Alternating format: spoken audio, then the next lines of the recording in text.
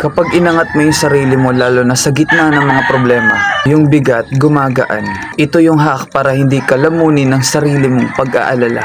Minsan ang balakid sa atin hindi talaga yung problema, kundi yung sarili nating pag-iisip. Kung magpapatalo ka sa mga negativity at mas dinadamdam mo yung nangyari, you will feel lost. Pero kung papalitan mo yung pag-iisip mo ng positivity, magiging clear at payapa yung pakiramdam mo. Basic strategy to na pwede mo ring gawin if meron kang mabigat na problema. Huwag ka masyado mag-focus sa mga pagkakamali at problema na hinaharap mo. Tingnan mo rin kung paano mo iangat yung sarili mo sa bigat ng pinagdadaanan mo ngayon. Kagaya ng pagbibigay lakas sa isipan at pagtanaw sa sarili mong lakas at talento sa likod ng suliranin.